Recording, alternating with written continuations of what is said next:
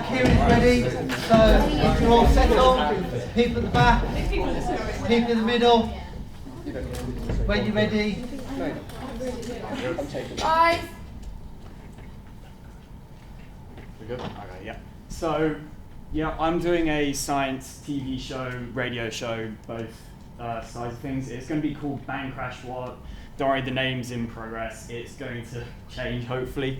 But the main reason I'm doing this is because nowadays I don't see any science shows aimed at our sort of age range, so 16 to 24-year-olds.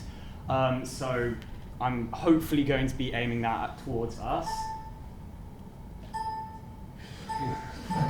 I've got a noise.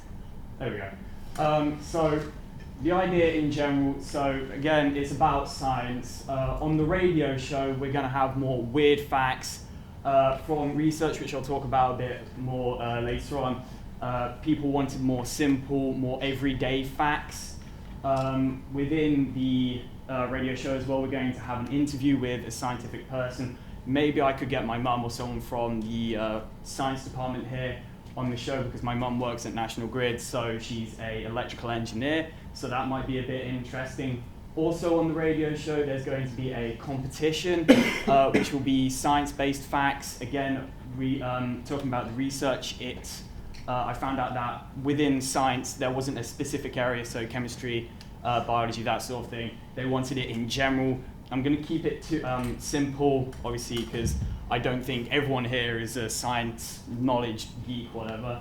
But within the TV set, we're going to have three section studio setup, which looks a bit like this. So over there on the right will be the experiment table, which is where hopefully we get someone from the science department to come in, have a bit of a weird, wacky setup. So we have test tubes and everything lay out with smoke coming out of that sort of thing, so it's mental. We're also going to be doing an experiment over there, hopefully. Moving on to the center, where it's going to be a race staging. That's where the host is going to be most of the time. We're going to have two sofas so that the people doing the competition, which will be over here on the left, will be talking to. There's also the black line in the middle is the TV. That partway through the TV show, we're hopefully going to have a VT of an experiment that we're not able to do within the studio, we do elsewhere, obviously.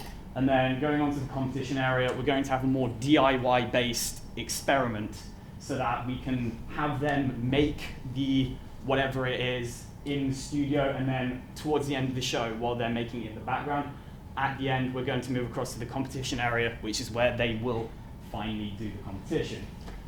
Primary research, I did a survey online. I mainly did it on the TV show for that. I also put it on Facebook because I wanted our sort of age range to answer it. I got almost all the feedback I wanted from it. So things like the one on there, people wanted more complex experiments, which actually surprised me because I thought people wanted more simplistic things. However, I will still keep the experiments so that they're more visually appealing, so that if people don't particularly like science, there's something there for them as well. Going on to the interview, it was focused more on radio. People, they wanted simple science facts, everyday facts, and then going on to the quiz again, it will be about science in general. Also, the music for the radio show, it was more techno-futuristic, so it kind of stuck with that science theme, I guess.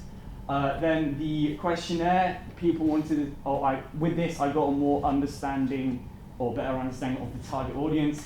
Also gave me ideas for both TV and radio. And then finally it refined the ideas I have for both, as well as finalized the ideas. From this, I got ideas about what the presenter would look like, how he would act.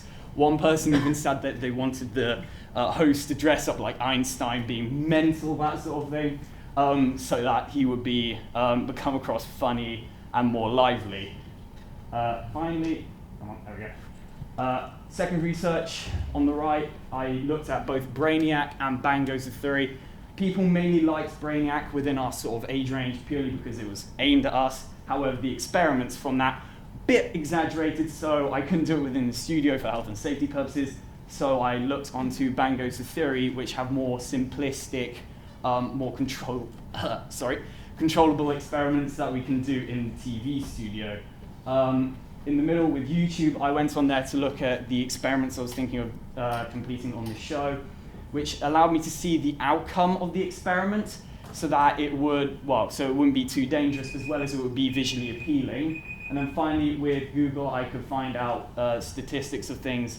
So things like what the outcome of the experiment would be like, safety things, as well as what sort of experiments were known around our age range and are popular. That is it. Any questions?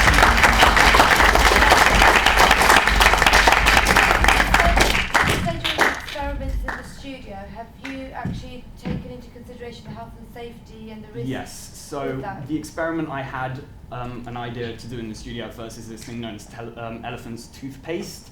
It's weird, but essentially, I can't remember what goes into it exactly, but it essentially just is continuous foam coming out of a test tube. It changes colour every now and then, which applies to the visually appealing side of things.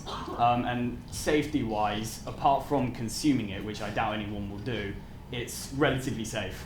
Okay. Cindy? The radio show is a half-an-hour show. Like, how will you fill all that time? You can't have just facts.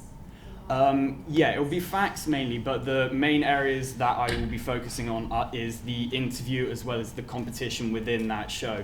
So that will be dragged on a little longer than just the general facts in overall. Jack? Are there guests on your show that are going to do the experiments, or are you going to do the experiments? Is this on the TV show? Yeah, on the TV show. So on the TV show, within that experiment area, I was going to get someone or a lecturer from the science department to come on to help me with it. Apart from that, it'll just be the host and the lecturer, essentially. Do you think it would be funner for the guests to actually get involved with that? With the guests, it was going to be the competition area. Okay. So, like I said, in the background, they'll be over here or whatever, making something that we've set them to do, which will be something that people could do at home, which will be fun. And then, like I said, towards the end, we'll bring them back onto the show, and then we'll do the competition towards the end. Okay. Phoebe?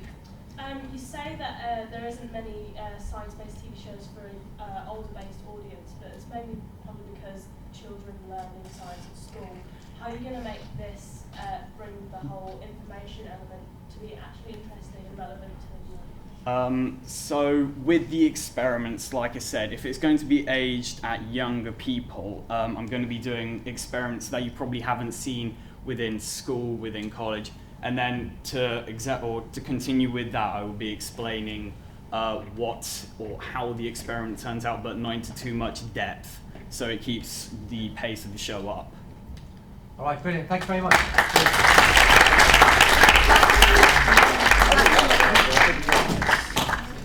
That was a very good question, Phoebe. Thank you.